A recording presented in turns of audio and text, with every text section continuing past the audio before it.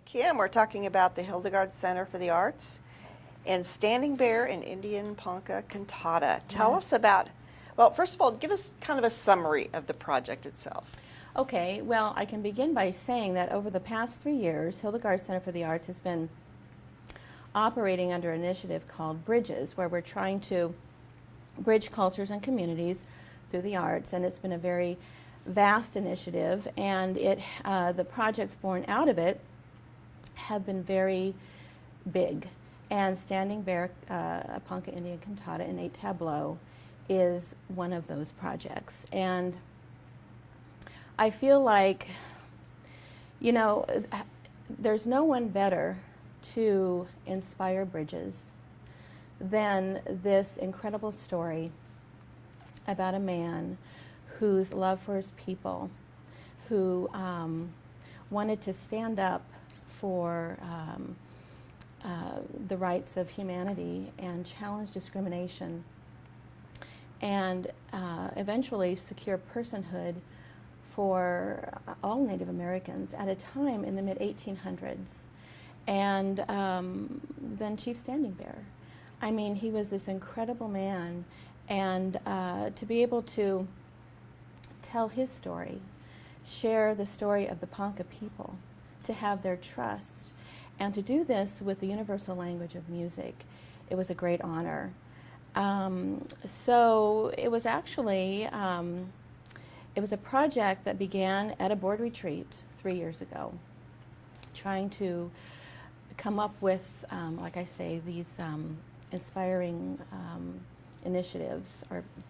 And it just so happened that Ken knew Jared Tate, who is a composer from the Oklahoma Nation. He's a Chickasaw classical composer, Jared Impichachaha Tate. And they were longtime friends, and Ken was able to bring Jared into the fold. So whose idea was it? Who had the initial spark? The brainchild was Ken's. Great, Yes. great. Okay, that one's for Ken. Okay, this premiered at the Lead Center. It did. And it was also live streamed It to the was, world. to the world. What was the audience reaction? Oh, I can tell you that it was a magical evening. Have you ever heard the expression, music is what feelings sound like? Okay, that's what this was. The cantata, the performers, the Rainbrook Ensemble, Dr. Ken Hopman as our pianist, Grant Youngblood, who was our operatic classical baritone from Delaware, and Jared himself, who did speak at the event, along with our presenters, Judy Goshgabosh, Chairman Larry Wright Jr. from the Ponca Tribal Council, and Joe Starita. All of them together took us on a journey, really transported us so that we might feel, might know, and never forget a time in our country where humanity was really unrecognizable. I mean,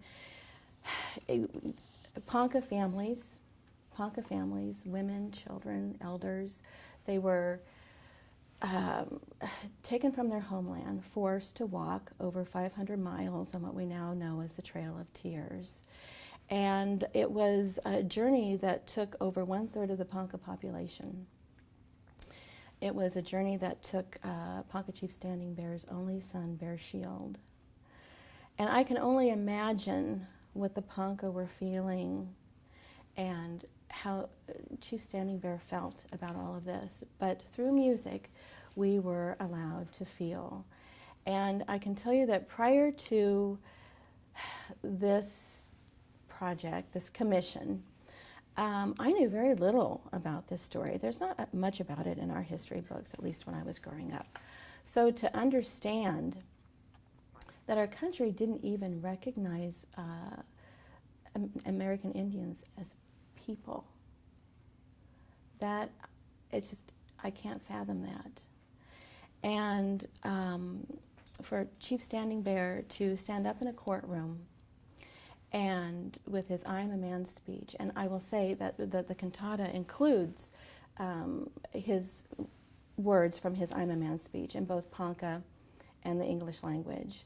So to stand up and to hear that in the music, where he shared that, we are all one people, we are all one family, we all belong to that human family, the human race.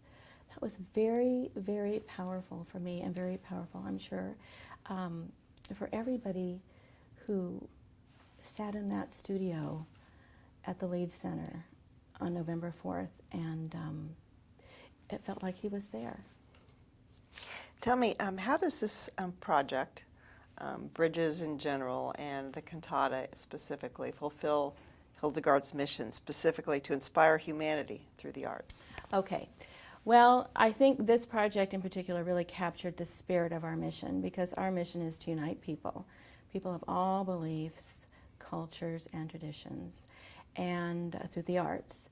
So when you take the arts, when you take the music, this universal language of music, and you convey the message that we are one people, one race, that we need to work together to inspire change.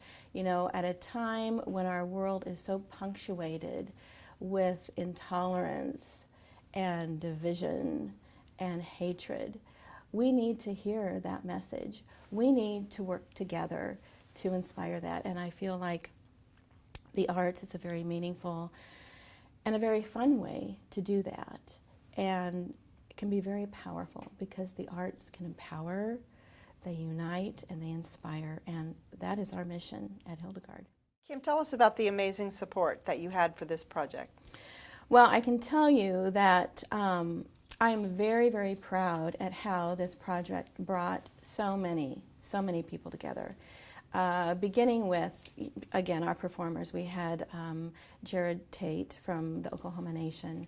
We had Grant Youngblood from Delaware, the Rangbrook Ensemble, Ken Hopman, how we brought into the fold Southeast Community College Division of Humanities as one of our partnering sponsors. We had the Nebraska Arts Council, of course, the Great Plains Art Museum, and we, with the help and the guidance of Judy Goshkabosh from the Nebraska Commission on Indian Affairs, Joe Starita and his beautiful book, I Am a Man, which we all read and the performers read. And most importantly, to have the support of the Ponca tribe of Nebraska and Chairman Larry Wright Jr. This is not our story, but yet they entrusted us with their story, and they offered their hand in friendship, and they gave us their support. And to me, that was, their friendship was the greatest gift of this project. I understand the idea for this cantata came from your brain. What sparked this? Well, like all significant art projects, or any project, it starts with one little idea and then a lot of conversation. So I was thinking this through and trying to retrace the whole steps of this whole project. And so I thought about this for many, many months, honestly, before ever sharing it with anybody. And then I had conversations with Jared, had conversations with the Rangbrook Ensemble. Then, as we're ready to share, what so often happens at that juncture is you share it with the wrong people, or people who are dream stealers, So people who say, oh, that can't work for whatever reason. So you always have to be very careful with whom you share an idea like this, because it's something you nurture, and it's very important. So I felt comfortable sharing it with the board of directors of Hildegard and my colleagues at Southeast Community College. And as I expected, both sets of people were so enthusiastic about it. And from that point on, it was not just an idea. Then it starts to take on a life of its own. And that's what's so exciting about working in the arts. Working in collaborative, any kind of collaborative venture, is when other people catch the vision, when other people can look at it and say, this is exciting and this has potential. and then they run with it as well. So, How did you approach it as artistic director? well, I had endless conversations with Jared, the composer, during the compositional process. We would talk probably 2 or 3 times a week while he was writing, and he would often send me pictures of what he had just accomplished. And then he would call and he'd say, you know, what do you think about this format or this treatment of these text areas? So there was constant communication there. There was also a lot of communication between myself and Rangbrook Ensemble in the very early stages, just because I became kind of that conduit from the composer to the performers. And meanwhile, all of the conversations, including the board of Hildegard, were taking on their own life with all of the details of what had to happen to make this project work. So it was a wonderful meeting of minds and a great collaboration. So where does it go from here? What do you That's hope? Where do you hope its future goes? That's a really, really good question. And we have several ideas that we're going to flesh out at our retreat tomorrow. We have an idea about a recording. We have an idea about future performances. We, the Hildegard Center, does have exclusive performance rights of the piece for 3 years as the commissioner of the project. And so we don't know exactly where that will take the piece, but we're certainly working on a lot of ideas. Do you want more people to see it? We really want as many people to see it as possible. We really want to share this, as Kim said so beautifully, about the story and the person of Chief Standing Bear. He is such an inspiration. And, you know, being not Native American, I have absolutely fallen in love with this story and with the person of Chief Standing Bear. And I look at what he accomplished and what we can learn from him and how our own lives can be enriched by sharing in that story. And it's something that has been really profoundly impactful for us who have worked on the project and the audience, and we just want to share that as much as possible. So you had a vision early on of what you wanted it to look like. Was the end product, did it meet that vision? You know, it met that vision and it exceeded it. Actually, in the very early stages, it was going to be for string, sextet, and piano, and that was it. There was no vocal part. And so as Jared and I were visiting, I remember saying, you know, somehow we have to get program notes or something for the text. And then that led to, hey, maybe we should write a vocal part, you know? And so then Jared said, yes, I can do that. I can write it for a singer and these instrumentalists. And this was really a wonderful compositional challenge because we really wanted the Ponca language to be included. And in classical vocal literature, there really is not a precedent for that. And so that was really important. So he actually wrote one version totally in Ponca and one totally in English. And so that way it's a little bit more flexible down the road. Okay, you ready for Kim? Okay. Okay, tell us a little bit about the outreach efforts that were done. Sure. So the week of the performance, we brought Jared Tate and Grant Youngblood in early. And we were able to take them to Winnebago, to the Ponca tribe, to the Lincoln Indian Center, to the LPS Focus program, and even to the Glencorf School of Music, so that they could interact with these kids to share what it means to them to be Native American and to inspire these students.